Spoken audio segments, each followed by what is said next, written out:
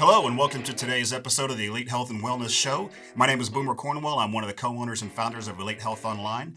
We are very happy and excited to welcome into the studio today one of our leading pharmacy partners, vendors. His name is Shane Rusk. He's with Avexis Health Solutions and Pharmaceo. Shane, happy to have you here today, man. How you doing? Thanks for having me. Good. It's good to be here again. Good.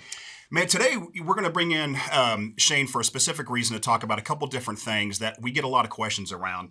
One of them is a little bit of a kind of a misnomer, if you will, around estrogen management. So typically when we think about, estrogen and the role of hormones in male and females, we tend to think that estrogen is more of a female-focused hormone, and it is. But it's also important to realize that it does, in fact, play a key role in the overall HRT therapy wellness for men as well. A lot of people don't think about that. So, Shane, I kind of want to lead in with you a little bit here. We hear a lot of common myths around things like, roid rage is something that we hear a lot about, or mood swings, things like that. So give us kind of a high level, if you will, around the role that estrogen plays in HRT therapy for men. Sure. So estrogen is crucial to actually balancing the body, the mind, but it's also important for growth factors. So people that are trying to experience better strength and better sleep, bone mineral density, everything. Estrogen's a key component.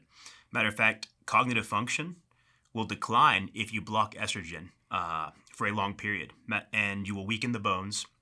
You won't be as strong in the gym. There's a ton of deterrence, so I wouldn't want to block it. We wouldn't want to block it permanently, very short term, if at all. But balancing mood is another key thing to keep in mind. So think of it this way. Roid rage, or that term, really the concept developed with anabolic steroid use. If you're supplementing with natural testosterone replacement therapy, that's a misnomer. It's not a common thing at all. Matter of fact, it can be common, and guys will be more moody and have mood swings if they are blocking estrogen. So it's not a smart thing to do. And remember too, most don't know this, but testosterone is actually a pro-hormone. It has a ton of cellular activity, and it does bind and do a lot of cellular process for the body, but it wants to be estrogen, or it wants to be DHT. And blocking those mechanisms of action always creates some form of side effect that you don't want. So let me ask you this. So, and I've experienced some of this. At one time, I think I even called you because I was laying in bed and my heart was racing, and I probably had my estrogen therapy completely out of whack.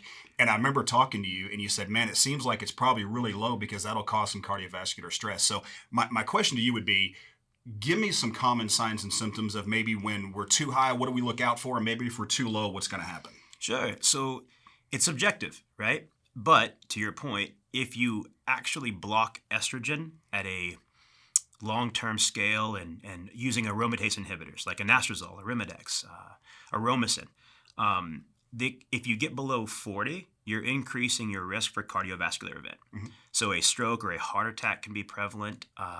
You're, again, going to have a loss in cognitive function, mood swings. So it's really not ideal. But for cardiovascular health, estrogen is the key component. Testosterone has protection, but estrogen is the most valuable hormone for reversing cardiovascular disease and helping your lipid profile management. Really? Interesting. Okay. Like cholesterol, to be specific. So what happens then? Let's say I know that, there's some science out there around, some of the old science says no matter what, treat it, get it as low as possible. Some kind of old school thinking, as I say, is, if the men are on testosterone therapy, we want to drive down that estrogen as low as we possibly can. Right. There's some science coming out now suggesting that's not the greatest, thing that we should do. Maybe there's other routes we can take. But, and there's even, and again, you shared with me some data around maybe letting it correct itself even, right? So talk about that a little bit, or, what happens if we don't and maybe we stay elevated for too long? What do we need to look out for? Sure. So if people are experiencing a form of estrogen-related side effect, something that we would talk about water retention, mm-hmm. right, as an example, or a form of gynecomastia or a nipple sensitivity, mm-hmm. whatever it may be, swollen hands and feet. If that's happening, then temporarily handling your balance of estrogen would be, I think natural is the best way to go, long story short. So something like DIM or sulforaphane can help manage that. And you want to keep a good T to E ratio. remember, having testosterone is key. It's great, but you also need estrogen. Okay. In the absence of estrogen, you're going to have a cardiovascular risk over time. You never want to think of it for years or decades. You never want to give yourself a higher risk factor with something that is very, very common because we have a poor standard American diet. And as you know, cholesterol is a real concern. So being on a statin, sure, that can help. And there's other things you can do preventative.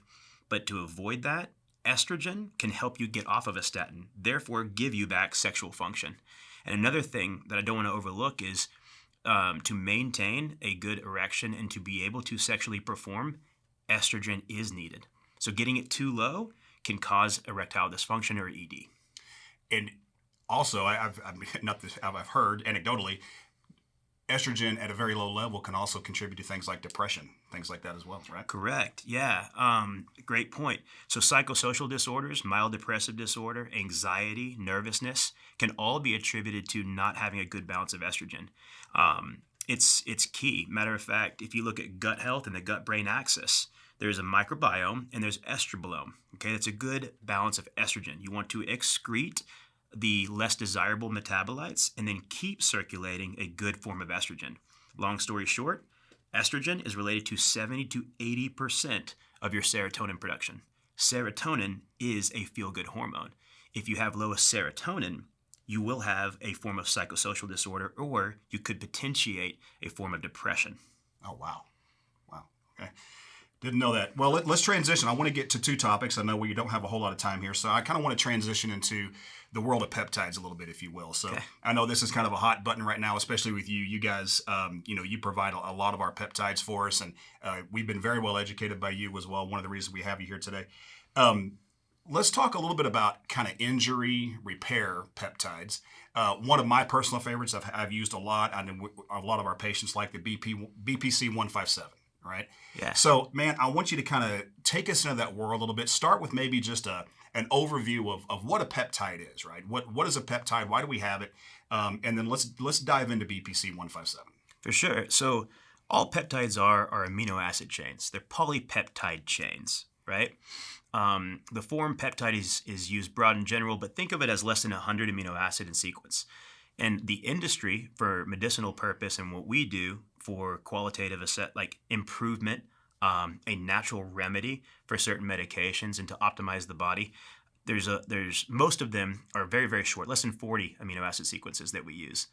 All in all, it's a natural form that tells. Let me back up. A peptide or a protein is really just enzymatic activity. Okay, so it's a doer of the cell. It creates cellular activity and sends messages. All things that, even hormones, are proteins. So testosterone is a peptide. Estrogen peptide. All that to say, though, the peptides we're concerned with are going to insert at a physiologic function within the body to mimic that response and create cellular activity. So we're either increasing the amount of something that's already found in the body, or we're using secretagogues or analogs of the natural amino acid. So in a sense, it's almost like you gave the correlation of testosterone a second ago.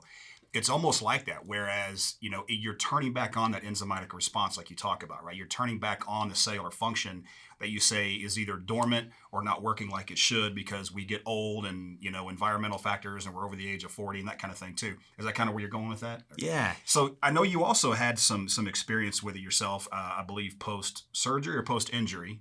Talk about that for a second. Correct. Yeah. So I've had a couple of surgeries recently, a matter of fact, and I've got a disc issue, just a sport-related injury that'll rear its ugly head. I'll tweak it every now and again. So once or twice a year, kind of do, based on my activity level. That said, BPC 157 really shines as a healing peptide. So this one, if we had to categorize it, it would be something for healing anything from the esophagus to the colon if it were to be administered orally. And we'll talk about that in a second. But systemically, if you were to inject it sub-Q near the site of injury, it will improve your recovery time. So think of it post-surgery, even going into surgery. If you have a slight injury, a soft tissue injury, ligament damage, joint problems, any form of inflammation, any form or a specific ailment you're dealing with, you can use BPC 157 successfully to cut back your downtime and to heal faster. You're going to increase blood flow to the area, and you're going to help, again, heal and repair certain tissues that are damaged. And how is it administered? Are we talking oral? Is it an injection?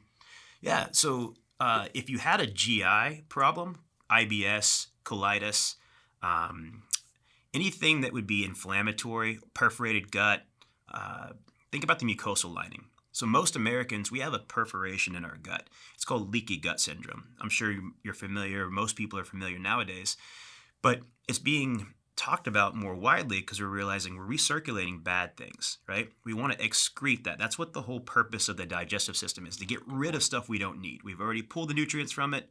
We want to keep what we need and get rid of what we don't. Well, BPC 157 can help heal that lining and give you a good mucosal content if you take it orally. If you were to take it as an injection form or even a topical, that's going to be a systemic delivery. So again, example, I hurt my shoulder. I would want to inject in the general area of where I'm feeling the pain. If it's AC joint injury or something to do with my rotator cuff, anything like that, start here, okay? And then rotate around on the sites. And it's just a simple pinch of the skin into the sub-Q set. It doesn't matter if you go into the muscle. Don't worry about it being superficial or not. Okay. So how long a therapy typically would somebody, I mean, I guess it depends on the injury now that I'm thinking about it, but for something as minor as, let's say, a pull or a tear versus something more, kind of serious, like you say, like post-surgery, how long would somebody stay on a therapy like this? Well, something like BPC, you take as needed. So if the injury's really, really severe, then you could be on it for a month or 2, 3 months. Really stay on it as long as you're seeking benefit. And the whole point is you can come off too. But there's really cool things about this. It's not just a healing peptide. There's other advances, like it helps bind your own growth hormone output. So as you take it, growth hormone will find its way to the receptor with higher affinity. You're also going to increase the angiogenesis, which is good blood flow to the area, which is healing. It's neuroregenerative. So if you have neuromuscular disconnection or some damage, small nerve fiber, etc., this can help heal that. Oh, wow. I didn't know that. Yeah, very Pretty cool. Very cool. So any limitations that you're aware of? Are we talking about age or anything like that, or any contraindications as to why you would not want to use this? None thus far. Now remember, BPC 157 is found naturally in all of our bodies. Okay, so this is an amino acid sequence that's actually harvested from our gastric juices. It's found in my body and your body right now. Very, very common. Now, that said, because we have poor gut health, we don't produce this at a high rate like we should, okay? So putting it back into the body is really, really crucial when it comes to overall cellular process and health.